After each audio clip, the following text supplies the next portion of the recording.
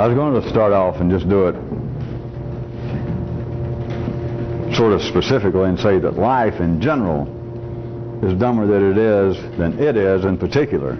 But it's everything.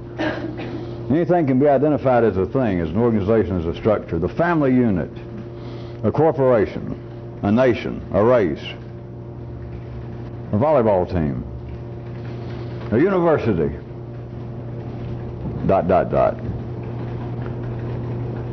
But life in general is dumber than it is in particular. And I think for the time being I'm going to continue to say dumber, because I don't want to too often sneer and curl my lip up even for dramatic effect and say stupid, because I'm using dumb really as non-intelligent. It's not all that pejorative a use that I'm trying to make of it. But instead of beating around the bush, let's just say dumb, but don't take it real personally yet. Unless, of course, you know what you're doing. And then I don't have to tell you how to take it. But life in general is dumber than it is in particular.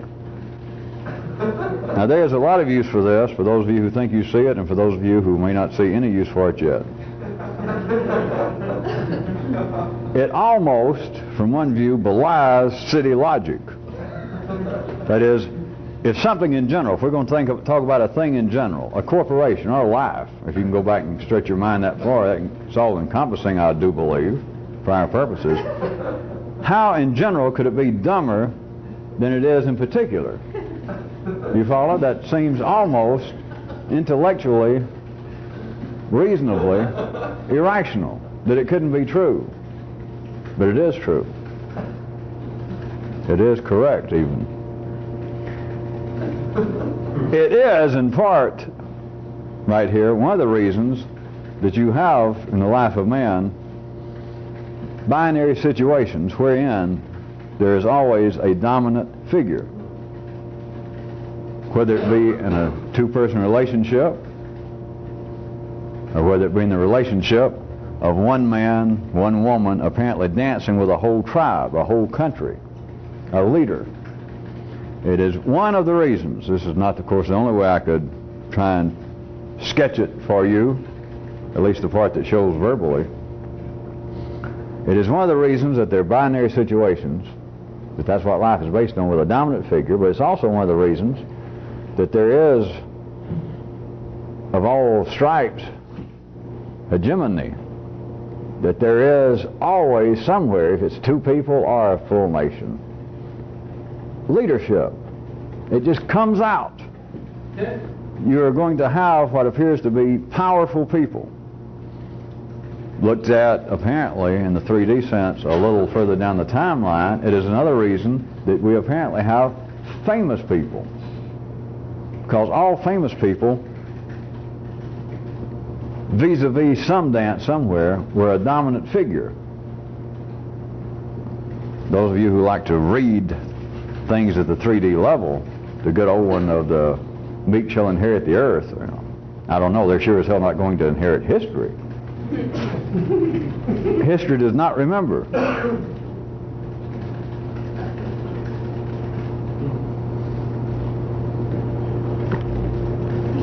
Inasmuch as life in general is dumber than it is in particular, it has another aspect that I have mentioned on many occasions, but here's a new direction. This is another reason that life has men saying, on a large scale, men saying, we'll do better. Because you are dealing with this situation, that if I just draw out two-dimensionally and call that life, and say this is in general, that's life in general, it is dumber, let's just call it one part somewhere. It is dumber in general than it is in particular. It is all the in generals in life that say, we'll do better.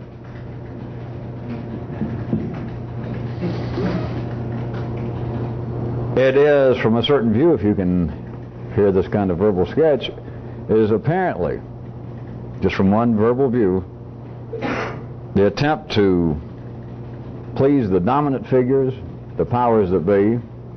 It would seem to be, from another view, the attempt to meet the expectations of history, which really gets complicated verbally.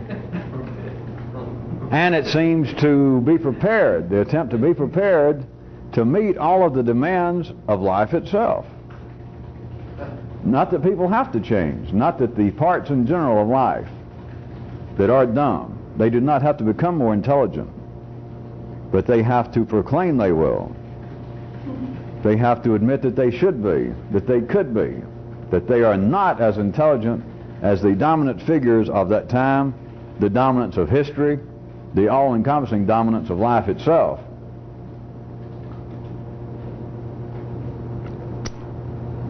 The people, that is, everything in general, life in general, does not ever become more intelligent, or history would have stopped.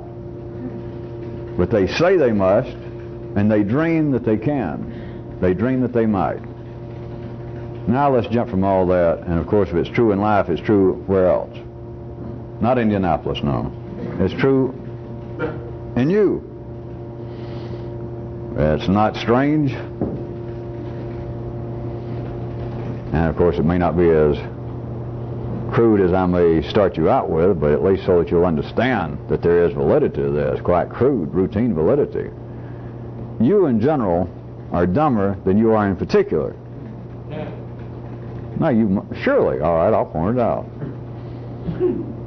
Regardless, we won't go into it and get personal, regardless of your general level of intelligence, if instead of your brain running your intelligence now, if your liver was, you do understand that you would not even be hitting on as many cylinders as you are now.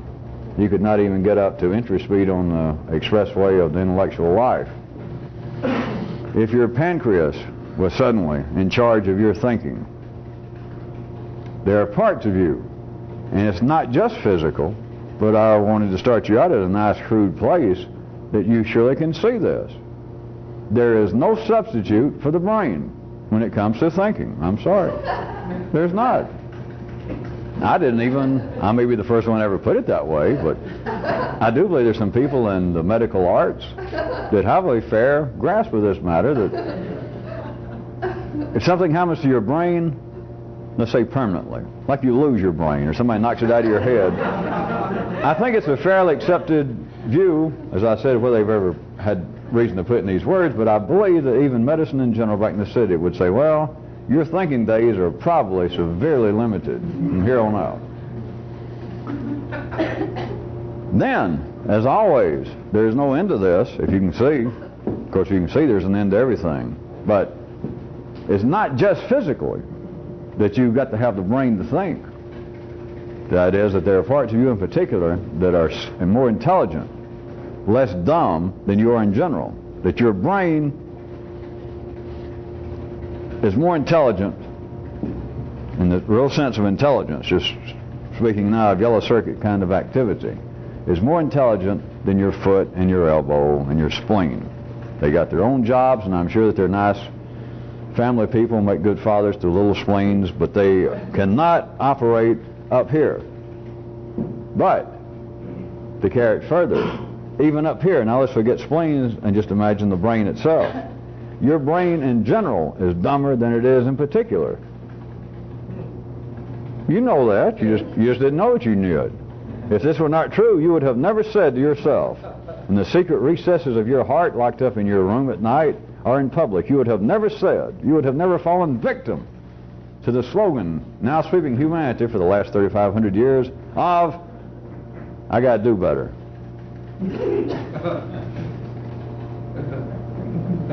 If all of your brain, if all of your intelligence was as smart in particular as it is dumb in general, then there'd be no part to say, hey, we'll do better. They would all be doing better. They would all be out on picnics. When they had a three-legged race, nobody would trip. You and what seems to be your partner would all hop in rhythm.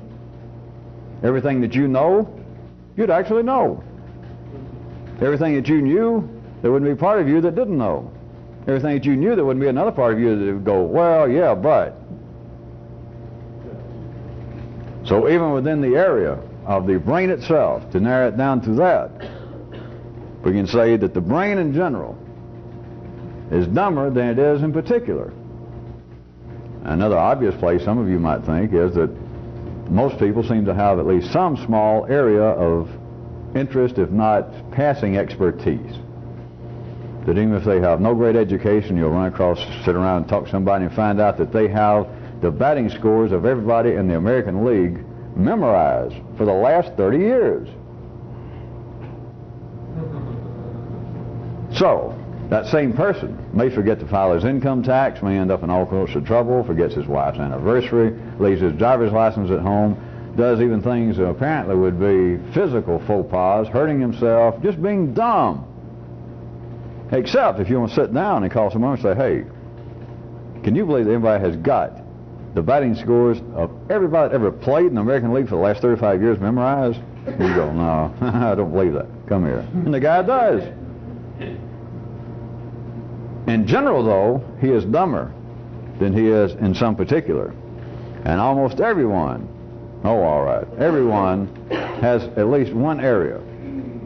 As obtuse, as meaningless, as hidden as it may be, everybody has got some area in their brain, their so-called intelligence, that would be living proof of this. That if the rest of their intelligence was as smart as that, then they would not be dumb in general. They would have no feeling of I should do better. They would be doing as good as they could.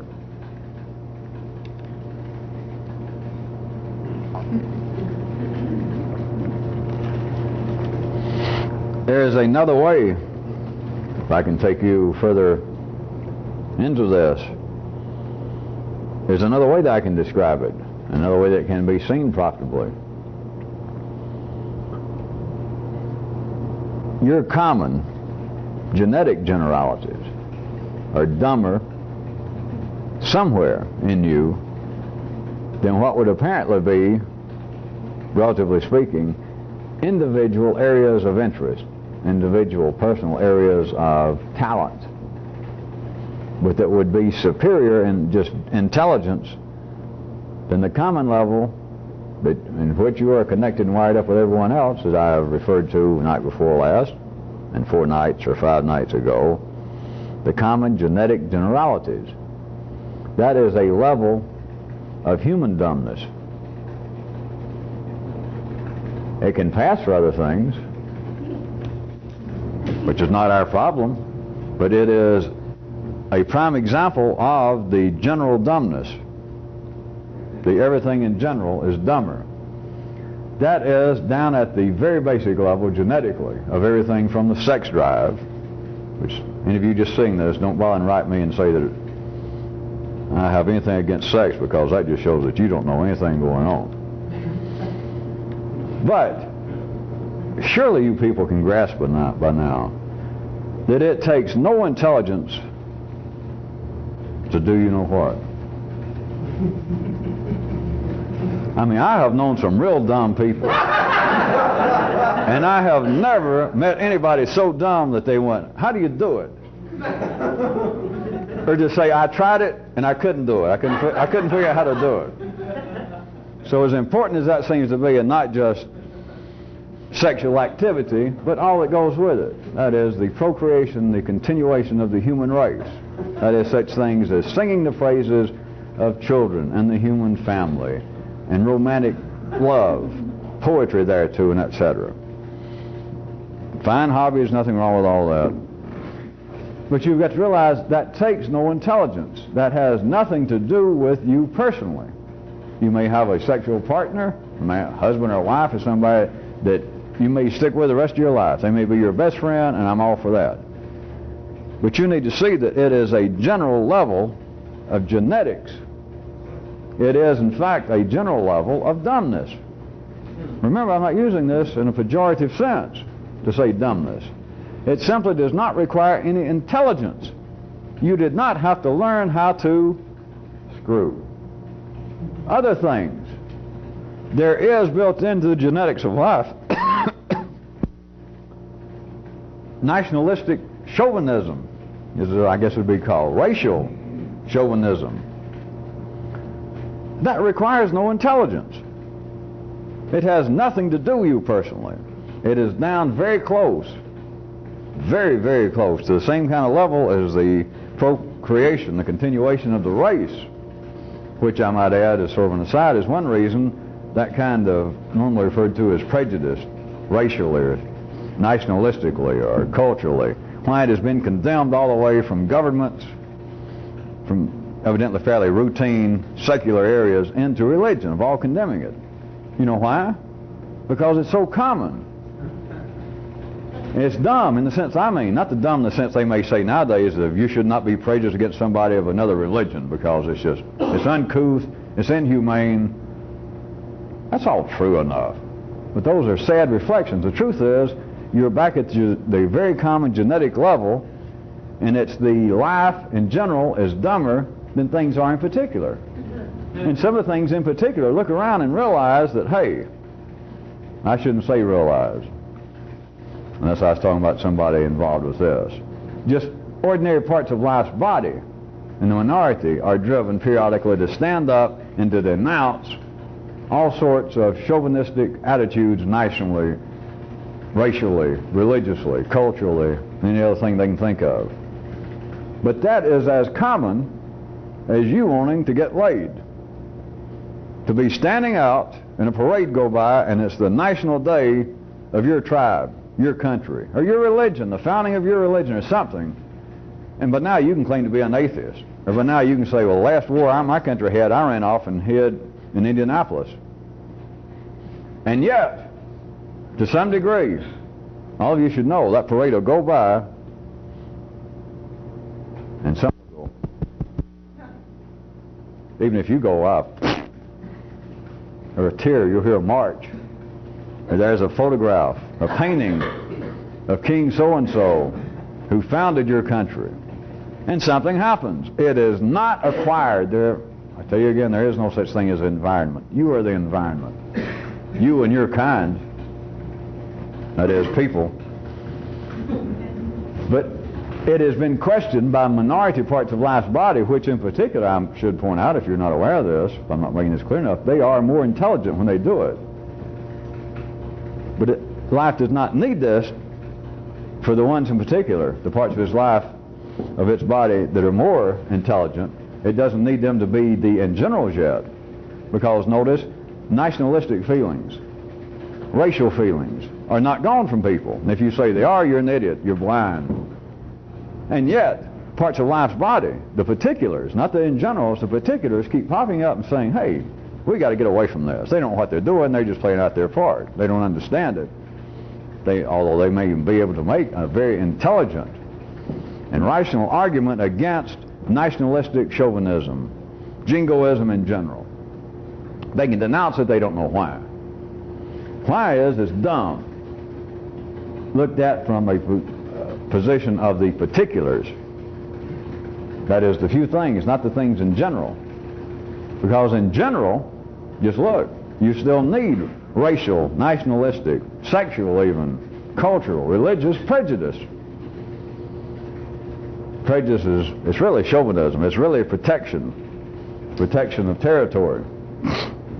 Some of it seems to be physical enough, and other parts seem to be invisible. But it is protection of genetic territory. It's protection of a kind of genetic pluralism in life's body that needs Jews over here, Muslims over here, Protestants over here, Christians over here, the Russians over here, and the Afghans over here, and so on. It still needs that. It is a kind of diversity. It is a kind of health, believe it or not. But I'll refer you back to my opening new law. That life in general, or if you like it better, you can have it either way, everything in general.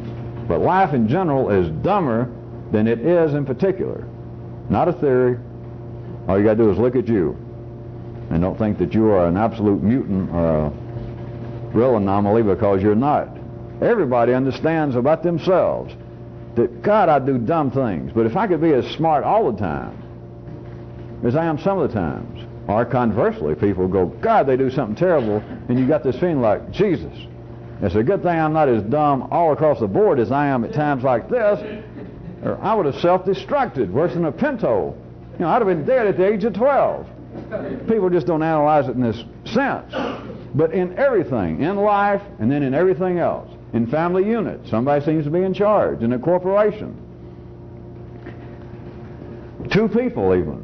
But take any sort of unit you can come up with, a little tribe of people. We'll take a family unit. You got different sexes, different ages, but in the family unit, this is still true. Any family unit. Just in the ordinary, I'm talking about the kind of traditional family. Mother and father and some little nippers. That family in general is dumber than it is in particular. It's got to be.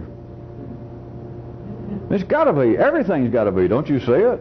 If not, back to you. What if you were as dumb all the time as you can be some of the time? Most of you laughed. You realize you're right. I'd been dead by now. All right. What if that was true with everybody? You're right. We'd all be dead. And so somewhere you should say, thank Larry that is true. That somewhere in particular, I'm not as dumb as I am in general. Everybody knows that. They just didn't know they knew it. And of course, they don't want to know it, but to them, I say tough.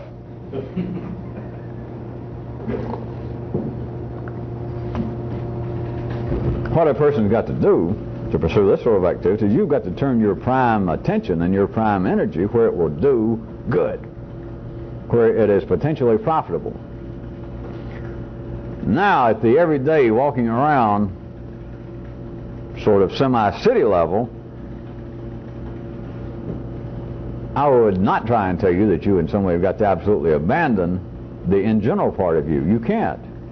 Then you shouldn't want to, because I've already pointed out it includes such things as sex. You can't just let it be, other than life needs some dumb, unnatural aspects. That is dumb and extremely unnatural. Is why you have so few people in life driven to give up sex, to become celibate. Now, every time they do, what reason is it for? It's always for what apparently, verbally, is the highest kind of reasons, because the gods, the cosmic forces want me to.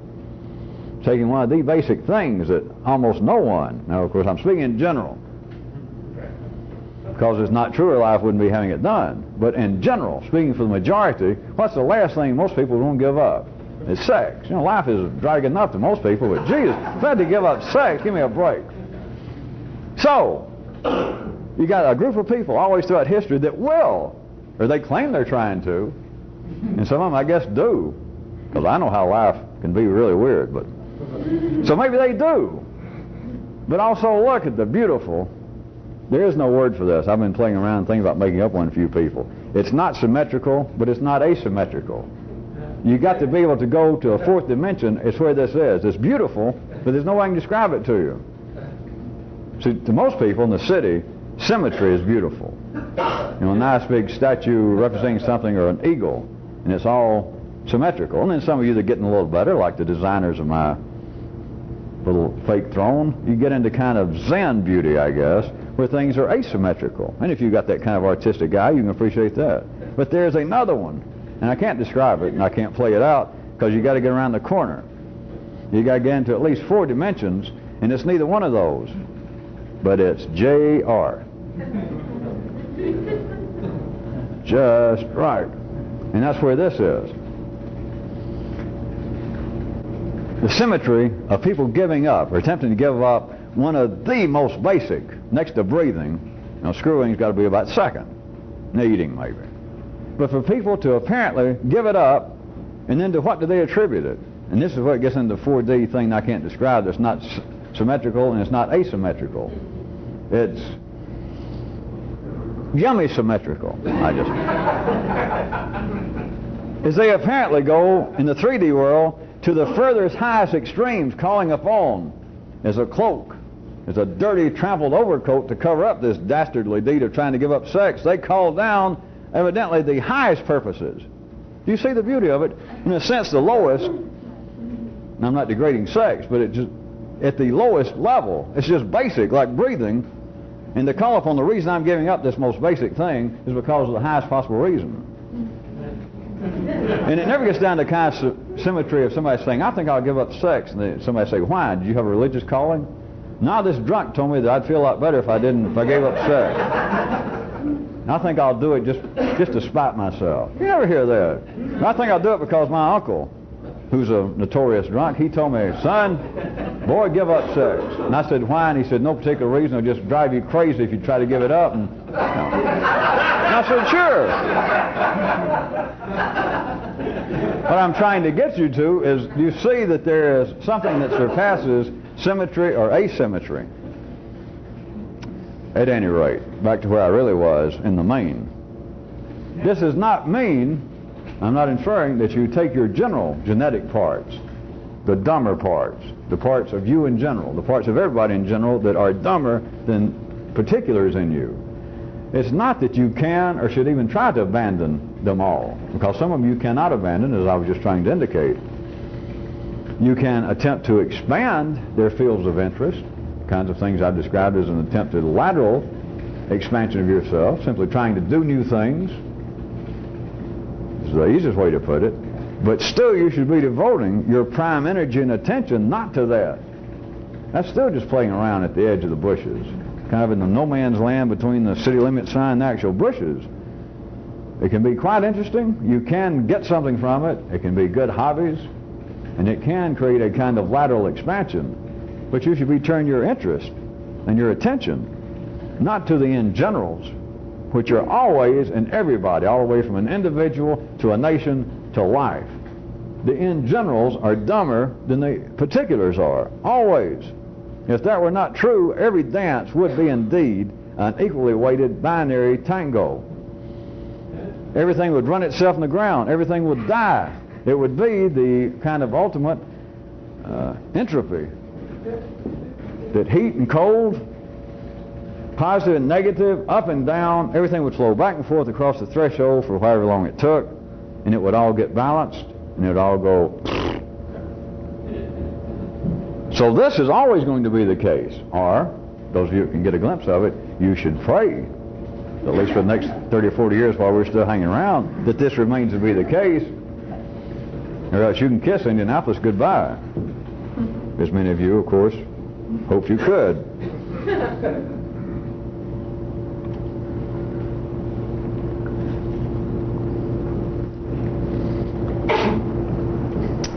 There is no profitable reason for you to believe that in some way the dumbness level, the general genetic level that I am calling dumbness in general, as opposed to less dumbness in particular, in every molecule of life, in every structure, every organization, every unit, every person. There is no profitable reason for you to believe that that level can in some way easily or directly be raised to another level in you or other people. I repeat again, that does not mean that you should or have to try to ignore it in you. But the belief that is wired into people that I was describing earlier, if you didn't catch it, that one of the knowledges of this is what makes people say, I can do better. With ordinary people, from the basis of that, there is an unanalyzed, ununderstood, etc., etc. wired in need in life for people in general to believe, if they heard some of my general descriptions such as tonight, that the general level of intelligence, or even if I didn't call it dumbness, since they're probably a little more coedish, probably a little more, they're probably softer than you people. So if I just call it the level of intelligence instead of general dumbness, the dumbness of things in general, their feeling would still be, if I said, do you understand what I'm saying? The crowd would say, yeah. And if I said, well, based on that, what do you think is part of life's purpose, or should be? And they would say, or I'd have to put the words in their mouth, and they'd agree that, well, yeah, we should be attempting to raise this general level. Because even though they may have never thought about my terms, they would believe, the more intelligent ones, that that is the nature of society, of civilization. All of the many aspects of so-called arts, the many faces of so-called culture. And some people would even say that that somewhere along the line surely was the, even though it might have got torted, that should have been somewhere along the way one of the purposes of religion. But it's to raise this level. On another hand right there, once you realize that this cannot be done, if you get a full good shot of that, then I no longer have to tell you, hey, don't be a critic of life. Because you say, wait a minute, he was right. There's nothing wrong. But you've got to see that nothing's wrong before you believe that nothing can be fixed. So I mean, letting Kyroots slip those up on you for the last 3 or 4 meetings, that nothing is wrong until you believe it's wrong. Nothing needs to be fixed until somebody tells you it needs to be fixed. You didn't grow up thinking things were broke, did you? Now wait a minute, I'm not talking about environment. I'm talking about the genetics did not speak to you in that language originally. But there is a way in which it has to be pointed out that your genes come up and grab you around your little intellectual throat. You hear, you see that that is the norm. That is the general level of genetic dumbness. And as soon as you hear about it, as soon as you're exposed to it, as soon as your genes get a little kick like that and you go, oh, you do what? You immediately agree. Everybody does. Some people immediately agree and then seem to forget about it. Some people immediately look at it and go into, I think, medically it's known as a conniption fit. They get almost terminally pissed for the rest of their life. They become critics, teachers, ministers, priests, rabbis, and sometimes your old maiden aunt. But as soon as everybody's genetics get shook and it's pointed out that things are broke, things are not right, we all got to do better, as soon as you hear it, everybody acquiesces to it. Yeah. Whether you ever think about it again, evidently or not, that one time you agree to it, and that's the only thing it takes. Just once. Just once. Not that you had a choice, but life makes everybody agree. It's like once, and it goes under many disguises and many names, but it's as though life sneaks into everybody once and grabs you and says, this is a hell of a mess, ain't it? And it makes everybody go, yeah. And then life goes, ha ha, and that's it. All you got to do is agree once and you're done for. You can't take it back. You can't say, wait, come back. Now people try. They don't use these terms, of course, but they never do. That's one of the reasons that people pray. That's one of the reasons that people get more pissed when they get old when they do it right, which in the city everybody does it right. Is you're trying to call back. They don't know why, and they believe they're praying to gods, they believe they're chanting or meditating, but what they're trying to do, and they don't know it, is they want to call him back. That is life itself, and they say, whatever it was you told me that time, I'm not so sure that was right. Or else, I think I agreed too quickly. Or else they just say, come back and repeat it again. I want to make sure I heard it right. And it won't ever come back. All it's got to do is get you one time to go, oh yeah, and that's it. You then are subject to this. Everything in you is then dumber than things are in particular. You are then put in the right kind of balance. It's as though one leg is shorter than the other, so that you continue to run in circles.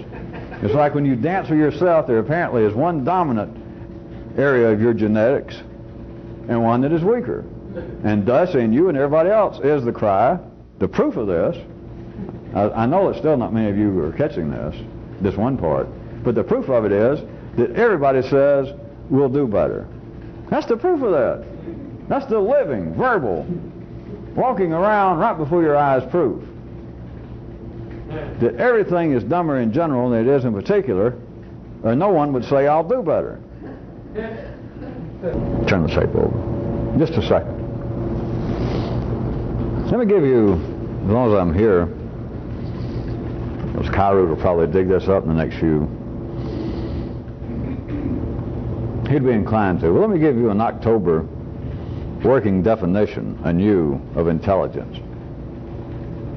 Intelligence, the way in which I'm trying to serve it up to you now, trying to point in a general direction, it's additional neural connections that are flexible.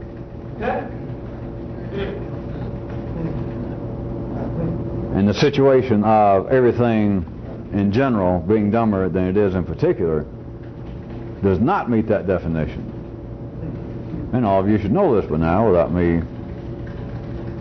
having to even apparently preach a short-term sermon. It is almost impossible under ordinary conditions to change your mind. Under ordinary conditions, it's almost impossible for a city person to see any reason to change your mind. So it hardly ever gets around to the matter of the first part of whether I can. I got no need to. I don't have to worry about it. Will your car do 400 miles an hour? Might. But who knows? As long as you don't have to. But what I mean by intelligence now would be a kind of reversal of this process that you would in particular then be. It requires additional neural connections that cannot be brought about by education. It's not brought about by any particular means. It's part of what, I guess I'll go ahead and say it because it's not literally true.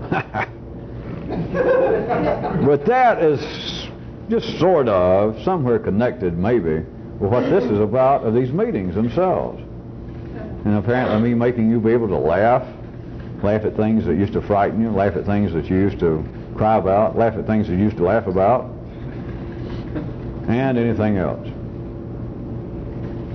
There's not an ordinary way to produce new neural connections. It's not necessary. Even if I agree that there was ways to do it even fairly directly at an ordinary person, they'd be faced with the same situation. If I told them, if I just gave them, if I said, you know anything about how they figure the brain works? And some guy said, well, yeah, I read it in the back of cereal box that my kid had. And I said, all right, that's the kind of intelligence of knowing stuff and just, not just facts, but being intelligent. And the guy went, all right, what's the point? And I said, what if I could tell you how I could get some little tricks and you could make some new connections somewhere? His attitude would be, so? No. So what's the deal? What do you want? If I said, well, nothing, just if I told you, how would you use it? No, I don't know. Use. Are you trying to sell cereal or something? No. So it is not simply, what I'm saying is, if I told you that there was some way to do it, just with ordinary people, it'd be the same situation. They've got no need to. But of course you should also immediately comprehend that ordinary people, including yourself at that level, you would hear such a notion of new neural connections, additional ones, you would hear that as what? Additional education. That is additional facts. And it is not. Come on, you know that. Try hard, you know that. You don't like it. And the part of you that's in general dumb certainly doesn't like it because it goes, what? Because it says what? We could do better. And that's all I'm talking about. That is, it would say to me, that's all you're talking about is do better. Get some more education. Think some more. That is not additional neural connections that are flexible. I repeat one more time for any of you who need to hear it again. This still does not belie the proper use, the enjoyable use of doing something new, of studying something new, not just take up some new physical activity, but of actually studying something new. But that is still not what I'm talking about, because that does not produce new neural connections that are flexible. Because it can be certainly, for some of you whose greatest intellectual activity right now is reading TV Guide, just at the general level, I would suggest most strongly to you, and I'm sure that you will concur immediately in your little heart, that if I said you'd be better off if you want to get some good intellectual food and entertainment, do you speak a foreign language? You say no, and I said, we'll go over there at one of the YMCA or somewhere for free, or $1 a week, and take up Spanish or French. That is not the production of new neural connections that are flexible. Because you go and learn Spanish, that does not produce new neural connections that are flexible. Or else you get through your course and they'd say speak Spanish and you might speak Albanian or gibberish. At that level, what would apparently be new information. The reason I'm going through all this is I having to think many times sort of parallel to the city with what I'm saying, that there may be current definitions of intelligence or education or learning that might say that learning something new is a neural connection. And it's quite possible that they describe it that way. Is why I took just a second out here, so that you understand that I am making a distinction, a real one, that even if that's true, what I was describing to you as our working October definition of new intelligence is new neural connections that are flexible. And even if we accept, which is probably a safe statement, that neuroscience now would say that learning something new, if you went and learned a new language, a second or third language, that they could find new neural connections in you, but they are not flexible. Surely you sense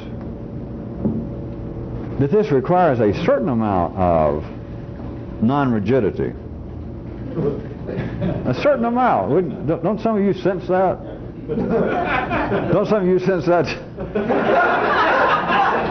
to the point that perhaps it's even frightening to your old, upper, in-town, conservative, old-line, hard, rigid connections that makes you apparently sane and stable, as much as any of you are. But then to be confronted that this seems like you're walking into spaghetti land, that my brain might turn into damp pasta, or that all this may be like a four-dimensional funny mirror show that you go into and you can't tell anything. Don't worry about it. But I did want to give you something verbally that is a suitable definition for the time being. For some of you it might be a suitable way to look at it for a long time, but I'm saying at least October because I may expand it or forget it or turn it inside out. But right now, the ways in which I'm trying to sketch this out and encourage you to look at it, it is a feasible, it is a proper description of it being new neural connections that are flexible. But understand that flexible is not a matter of degree, because what you have at the normal basis is not flexible. An ordinary person, all of you should know this by now.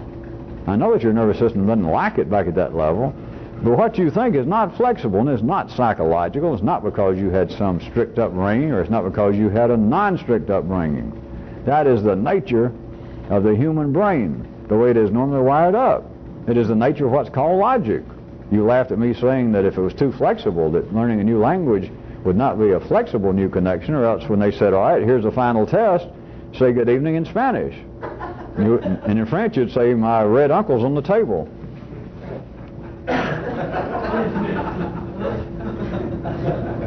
It is not simply a matter of me saying that the old, that is the routine, the ordinary neural connections in everybody are not flexible. That is not a mistake. That's the way it has to be. The human intellect would not have the sensation, not being able to use so-called logic. So that there apparently is a period at the ends of sentences, conclusions.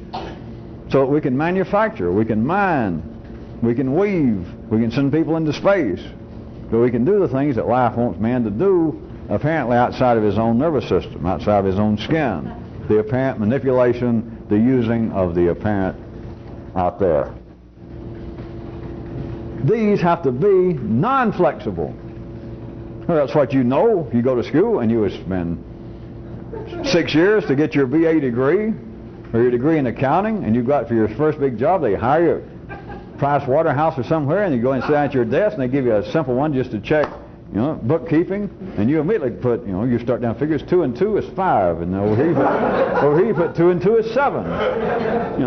I'm a flexible thinker. I'm a free soul, and they'd say you're also unemployed.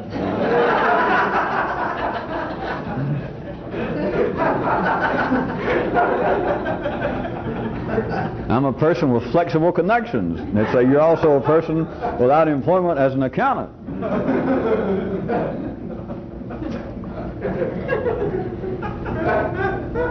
But this must be, and it's the same way I've tried to describe, if any of you want to run down this little side path, it is not that that's wrong by any means. And it's not that you can absolutely escape that any more than you can escape the noise of the nervous system. Or that I used to call it, the tiger behind the door.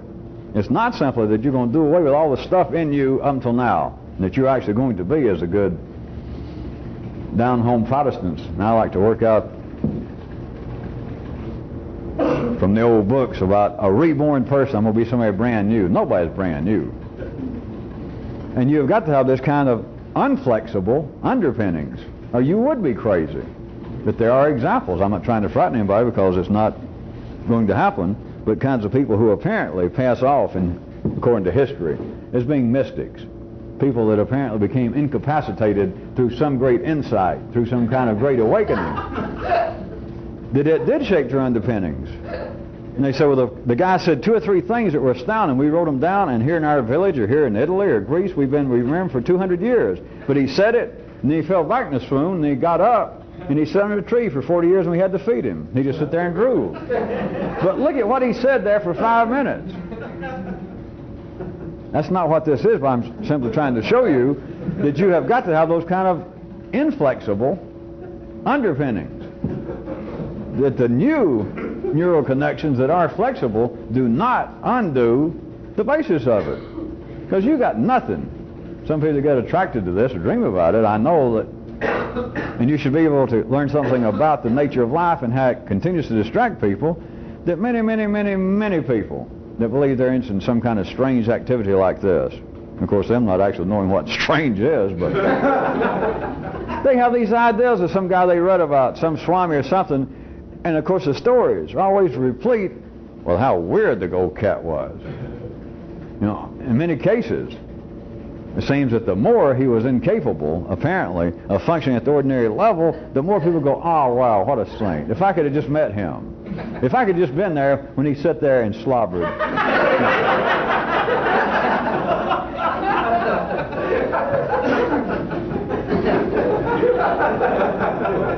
Well, I pointed out before, but I'll point it out when? Again. Life needs it all. You know, how can you account for the matter that somebody like just a good routine business, Baskin & Robbins, out of 32 flavors, one of them is vanilla. So there is a place for somebody, apparently a wise man. That there is apparently the place for a wise man, and the guy is almost incapable of operating at the ordinary level. You know, he can't take himself to the bathroom anymore. God, what a guy. All right, there's a purpose for that. There's a reason for that. It's low level and as limited as it is, but that's not what this is about. It is not tearing out the underpinnings of the inflexible neural connections. You're still sane and as dumb as you were at that level, but the intelligence I am trying to begin to sketch in, it is new neural connections, but they are flexible. And I want you to understand that that is not the norm. And don't let your own nervous system tell you, when I said people can't change their mind, that you're more liberal than you used to be, and all that. You have simply got to be able to see what I'm talking about in the city. You just got to take it as a rule and go from there.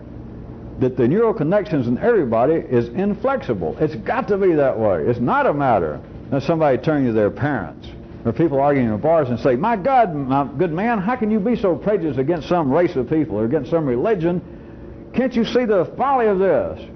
Here you are 50 years old. Why are you still fighting these imaginary battles because somebody called you a name when you were on the playground at the age of 5 or whatever it is? Snap out of it. You're asking the person to commit suicide. Now, you could say, well, if somebody could change their mind about one thing, somebody that hated some race or some religion, if they got over that, it wouldn't kill them. Maybe so. But back to what I told you, there has got to be inflexible underpinnings. You cannot have a house, any kind of structure, and put it down on pilings and put the pilings on peanut butter or cottage cheese. There has got to be an inflexible underpinning. It is not a matter that people are going to suddenly wise up. They're not going to wise up. That's not even the right term. Or people are going to wake up. They're not going to wake up. I'm going to appeal to their better nature. Sometimes apparently you can, but all you're doing is dealing with this. That I'm sure that Hitler, Mussolini, Attila, if you got them around and got them in the right mood and calmed them down and gave them some chicken soup or something, and you talked to them in a certain way, somewhere in there in particular, if you said, hey, let's face it, do you realize what you're doing? You know, this is bad news. You ought to stop that. Somewhere you'd get the guy and he'd go, in particular, not in general, but somewhere he'd go, yeah, I guess so. I don't want to talk about it. Kill that guy.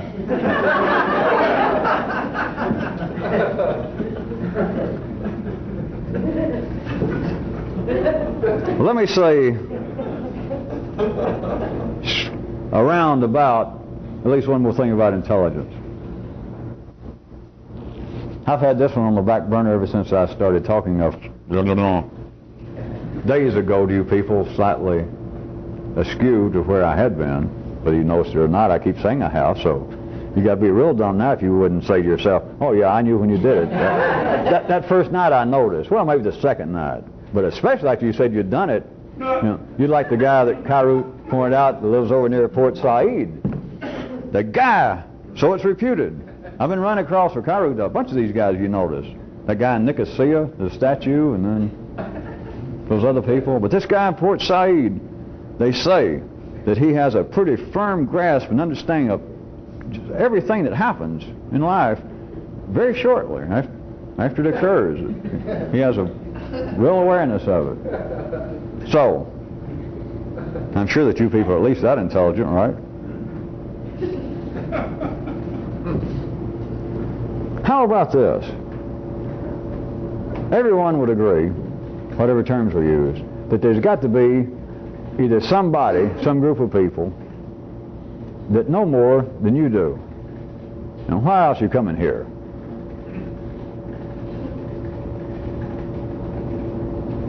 People all over the planet, people not involved with this, they believe that. And not just in an educational sense. People who would slap your face if you accuse them of being attracted to weirdness or New Ageism or occultism or metaphysics. If they said, no, I am simply a good Catholic, or I'm a good Christian, or I'm a stalwart atheist. Almost everyone on this planet, though, presented to it in the right way, you don't have to trick them, would believe that, yeah, there's been people on this planet, and they may be here now. I'm not a Christian, I don't believe much in religion, but I got to admit, there seems to be a certain kind of poetic, if not intellectual, force behind thee, and then they might admit the Jesuses in life or the Buddhas in life, that I have a certain kind of intellectual regard. I don't believe all that other kind of spiritual trappings they put on them. But everybody presented in the right way, everybody on this planet, everybody everywhere believes that there have been people around, if not presently, who in some way are better, not physically necessarily, but that they know something. The good old secret book syndrome. All right. So that I can try and wrap up this little excursion, let's admit this. That's got to be true.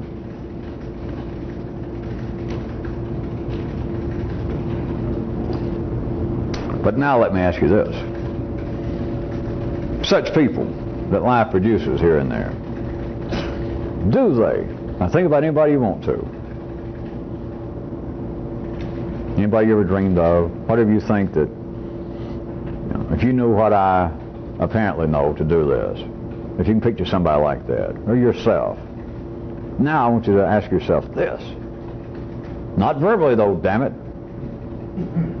Ask yourself this. That kind of person, let's call it the real revolutionist, that kind of person. Now listen. Did they in the past, and do they actually know something that you don't know? Now think. Because now first off, you're going to say, yeah, you and every other nervous system, that yeah, that's exactly what they're talking about. What kind of dumb question, where can this go? Ha-ha! Flexibility. Do they actually know something you don't know? That know is a noun. In this case, it's stuff. The secret book. Even if they don't have the secret book, that they know what was in the secret book. That they know something you don't know. Is that it? Or, now listen, is that they simply think about the ordinary stuff differently than you do.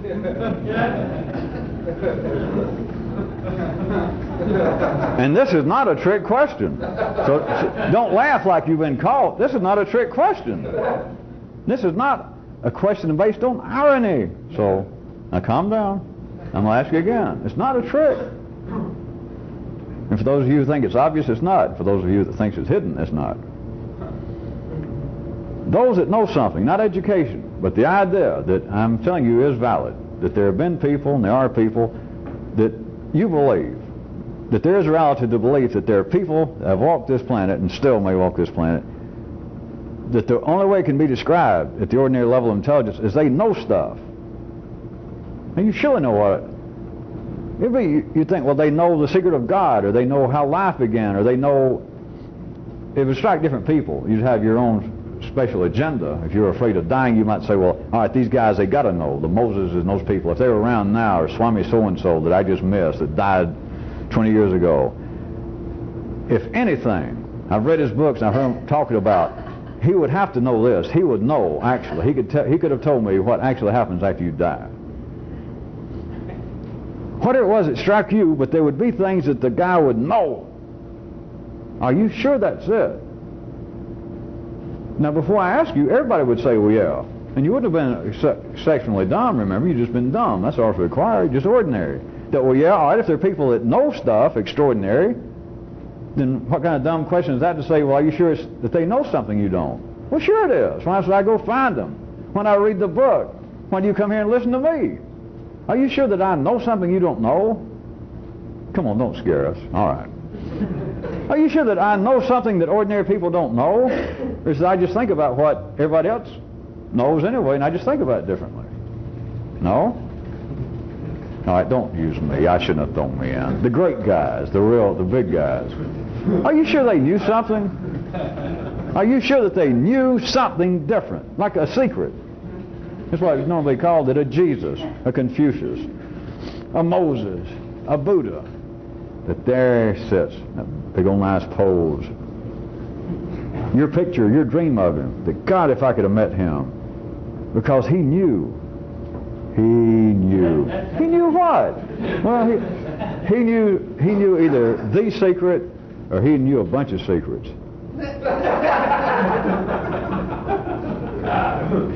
Now, I've already granted you this. There's no doubt. There's validity to the idea that there have been people.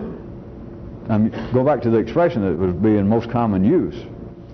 Guys that knew stuff that ordinary people didn't know. But now, is it really that they knew stuff that a Buddha's sitting there in those poses they got him, laying there, and you think, God, that rascal, look at him with his eyes closed and that statue, and in his head, he knew the secret. What if he didn't? What if it's not that any of those guys knew anything? That is, they didn't know stuff that ordinary people didn't know. That's you. It was just the ordinary stuff that you know that's just there. They just thought about it differently.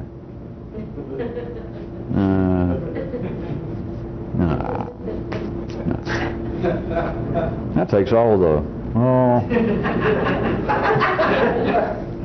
the low rent freighter vacations glamour off of it. Is what it takes off. Takes off the Kmart sequence off of your gowns. It takes the sheen apparently off of metaphysics and history that you find out was nothing but an oil slick. Cause, I might add. Well, we're not going to that.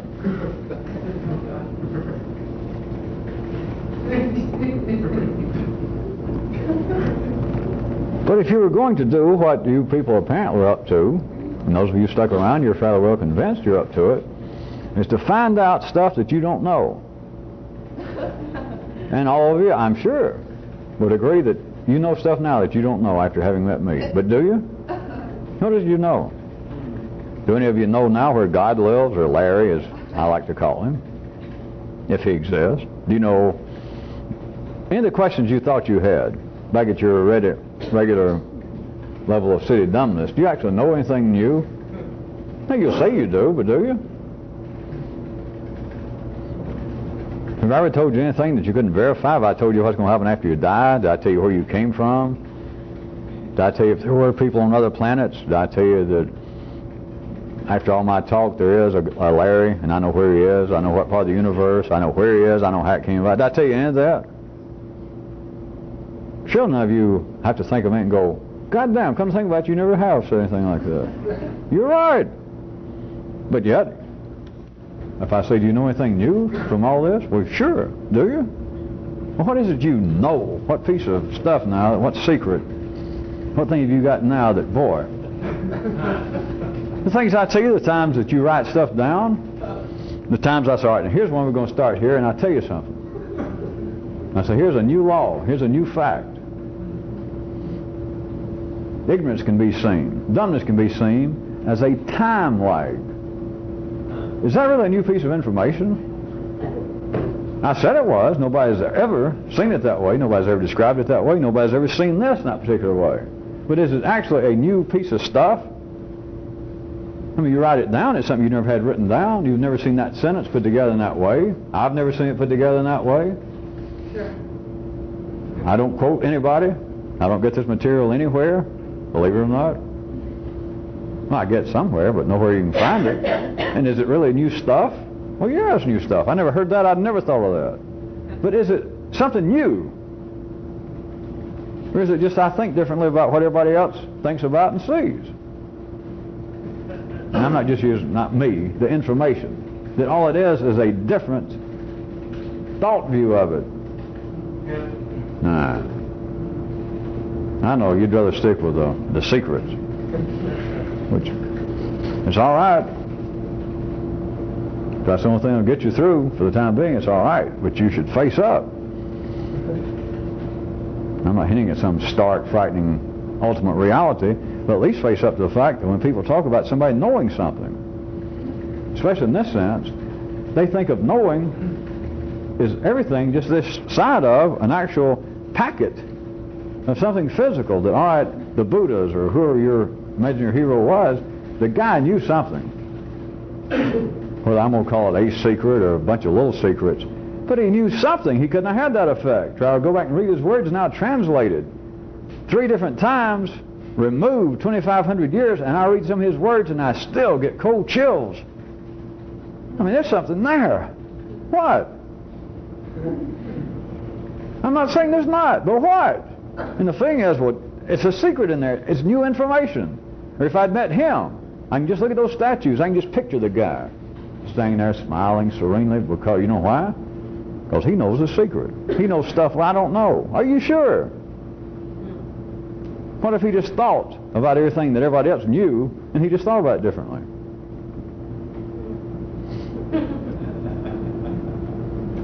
Well, some of you are about that close to seeing it, so if you don't want to, you better just forget about it and don't think about it anymore. Because some of you are close enough that it's just going to suddenly strike you right in the middle of the forehead. That, my God, that's the way it is. No, it's not. I'm just saying all this. I'm trying to knock history, and I don't know. I might as well admit I've just always been sort of mad, and all these other guys, the Buddhas and everybody, you know, they got famous and died and all that shit. And here I am, kind of stuck with you people in the great peach state of Georgia. And they get all the fame, they get all the glory. No, I don't know. At least I'm big enough to admit sour grapes when I...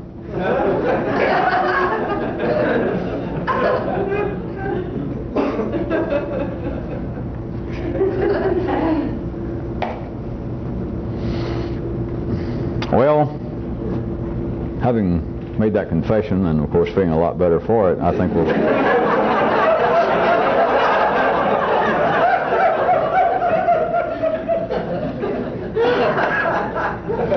I think we'll stop there, because that's certainly going to give us all a lot to think about until our next meeting, assuming I've got the chutzpah to show back up after admitting that.